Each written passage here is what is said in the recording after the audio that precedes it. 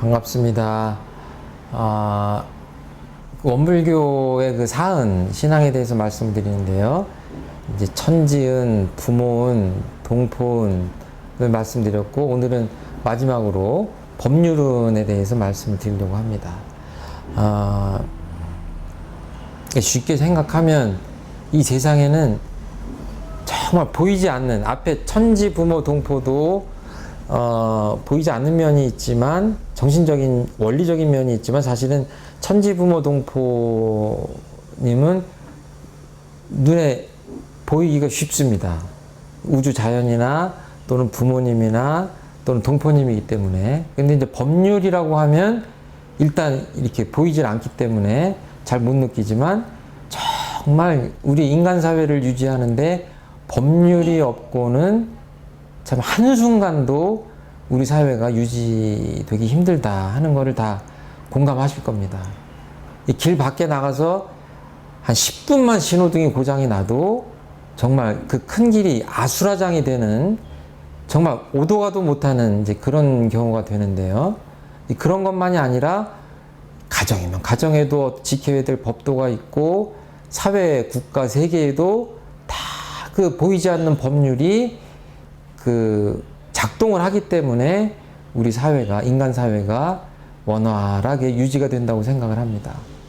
국가와 국가 간에도 그 지켜야 될 어떤 국제법이나 이런 것들을 지키지 않으면 한순간에 정말 수많은 인명을 앗아가는 전쟁이 벌어질 수밖에 없잖아요. 이런 것들을 생각한다면 그 법률님의 은혜를 쉽게 공감할 수 있을 것 같습니다.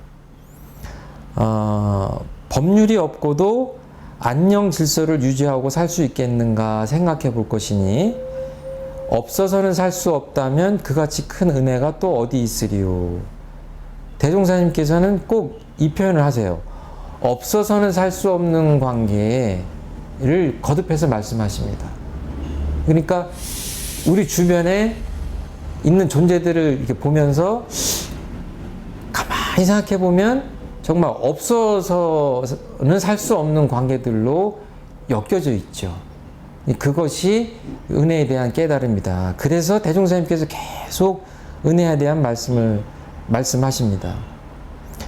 그 법률이라고 하면은 이렇게 그 법전에 있는 그 실정법만을 생각하기가 쉬운데, 여기서의 법률은 사실은 그것만은 아닙니다. 대종사님께서는 인도정의의 공정한 법칙이다 이렇게 말씀하셔서, 부처님이나 성자님들께서 깨달으신 그 어떤 마땅히 지켜야 될 그런 도리, 이런 것들까지를 포함하는 그런 개념입니다. 그래서 또 법률에서는 자연법이라고 표현하기도 하고, 이제 이런 것들이 다 한꺼번에 포함된 법률이다 이렇게 생각을 해주시면 좋을 것 같습니다.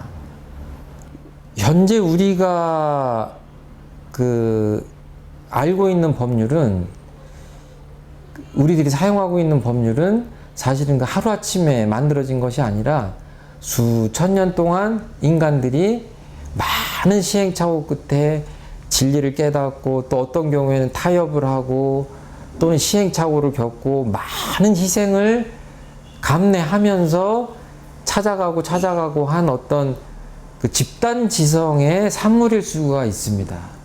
근데 이런 것들을 나하고 안 맞다고 해서 지키지 않거나, 당장 편하다고 해서 이제 편법을 쓰거나, 이런 것들은 대종사님 입장에서 보면 이게 맞지 않다. 그래서 법률에서 지켜라 그러면 지키고, 지키지 말아라 그러면 지키지 않는 것이, 이게 정말 길게 봐서 그것이 맞는 길이다, 이런 가르침을 해주시죠. 그래서 짧게 보면 그 불편하기 때문에 법을 어기는 것도 괜찮아 보이지만, 결국은 그렇게 살면 부자유한, 대단히 구속스러운 삶을 살 수밖에 없다, 이런 경고를 잊지 않고 계십니다. 그래서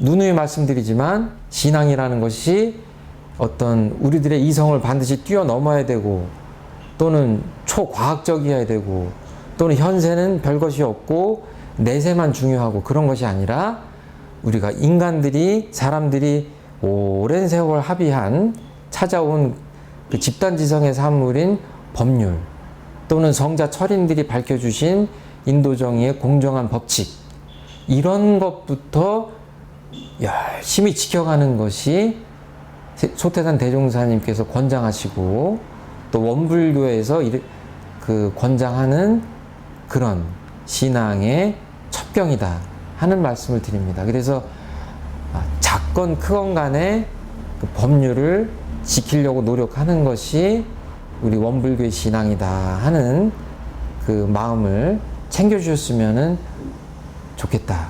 그렇게 사는 가운데 우리가 바라는 행복에 좀 더 빠르게 다가갈 수 있을 것이다 하는 말씀을 드립니다. 감사합니다.